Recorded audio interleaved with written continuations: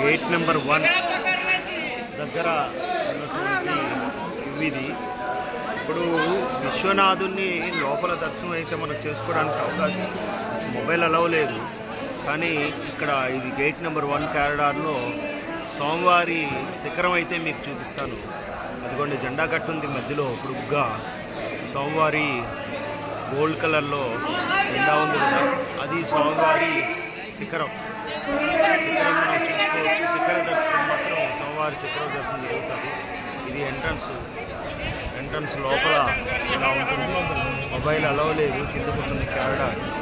ఎంత స్వామివారి అహల్యాబాయి అమ్మవారు కాశీని రెన్యువేట్ చేసినటువంటి తల్లి ఇవి. ఇక్కడ అంటే కాశీని మొత్తాన్ని చుట్టుపక్కల ఇది చేద్దాము అంటే కష్టమైనటువంటి పరిస్థితుల్లో ఇవి కాశీని ఇప్పుడు చూస్తున్నటువంటి ఇంతకుముందున్నటువంటి కాశీని అభివృద్ధి చేసినటువంటి మాత అహల్యాబాయి. ఎంత కారిడారు చుట్టూ.